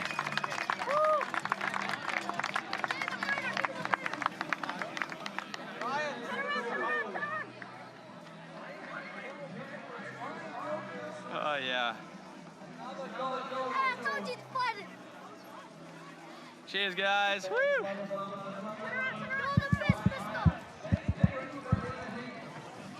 That's the hardware he was looking for. All week long, that gold medal. It's kind of the same mindset, right? You have issues in races early on in the week, but you keep persevering. You have 2 huge errors in run number 1 of the gold medal matchup, but you keep your eyes on the prize. You get back up to the top of the course. And he didn't say this in his interview, but I'm gonna kind of expose him right now. We were watching that replay, and he goes, "Oh, that was the sickest thing I've ever done." I love it. Yeah, pretty much every time he goes down the track, I see one of the sickest things I've ever seen in that moment in time. Looking at the brackets and how they ended up. Richie Rude, 3rd place. Ryan Gilchrist gonna take that gold medal we just saw him take. And Sam Blankenstop, our 4th place qualifier, able to work his way through the brackets and come through with a silver medal. It's not what he wanted, but you know he's going to be stoked. Yeah, and it's the start of the season too, so we're probably going to look back on this. This is the stop number 1, and we kind of see who's on pace, and the stage starts to be set for who's going to be in contention for not only the king and queen of Crankworx, but also this Crankworx dual slalom series as well, which still has, what, 3 more stops to go? Yeah, 3 more stops. We're just getting warmed up in the slalom. The fact that we have this kind of, it's not a new format, but a new type of slalom where, it's really exposing the different skills that these riders have and having it able to make such good racing, because one corner will highlight one rider, one option will highlight another rider, and they're just zigzagging back and forth. It's so good. With this being stop number 1 on the Crankworx dual slalom series, the results from today are the results in the overall standings. So Sabina Kosarkova putting down the little bike, grabbing the mountain bike, is sitting in 3rd in the overall standings. Jordy Scott sitting in 2nd, and Caroline Buchanan picking up right where she left off before she focused on slopestyle. Yeah, Caroline's got to be stoked walking away with that gold medal. She was talking about how the girls really laid it down in pump track. She wasn't able to do her usual medal march that night, but stoked to make it happen here. And then the men. After that big mistake where his hand blew off the bars in pump track, Ryan Gilchrist grabs the gold medal and the 100 points to his name for the dual slalom series standings. But look at this, Richie Rude in 3rd. It would be so rad to see him come back for some of these other dual slalom races for the rest of the season. We see that sometimes. A rider who we don't typically see on the Crankworx World Tour comes to the first stop, gets some points, and then they kind of amend their travel schedule for the year. I'm not saying that would be the case for Richie Rude, but I have a feeling these Yeti riders, they like themselves a little bit of Crankworx, don't they? Yeah, I think if Richie committed to a full Crankworx season, he would have to definitely commit to a bigger trophy room. Yeah, that's what he would have to do. I know, I'm sure he's probably got an entire room dedicated to trophies already as it stands, and I hope you have a spot on your wall dedicated to where you could hang this Bailey Mears signed jersey, deodorant and all. He didn't crash, apparently. Look at this. Chance Moore was the jersey we gave out yesterday, and it was full of dirt. Oh, we got the winner here, Sebastian Zachariah. Congratulations. Where do you live? We're gonna throw it to him. Yeah, hopefully you live this direction. Are you ready, catch? There's somebody over there who's going to put that in a box, and we're going to be in touch with you to find out your address. And then that will be your keepsake from an absolutely incredible Crankworx Rotorua 2025. It's been wild. We've had whip-off, we've had air DH, we've had downhill, we've had slopestyle, we've had pump track, we've had dual slalom there. Congratulations goes to Richie Rude, Sam Blankenstop, and Ryan Gilchrist for the men, Sabina Kosarkova, Jordy Scott, and Caroline Buchanan for the men. For the women, we also want to just thank our World Tour sponsors, RockShox, SRAM, Specialized, Maxxis, Red Bull, and Pink Bike as well. As New Zealand major events, we would not be able to do this year after year. It's been 11 now showing up in beautiful Rotorua, New Zealand. So we got to thank you for the continued support so we can continue living the dream here. All right, I'm Cam McCall alongside Alan Cook on behalf of our entire crew here. Thanks for tuning in, and we will see you at our next stop in Cairns, Australia, May 21st through the 25th. Good night. Looking for me, time to aim your search. I don't sleep.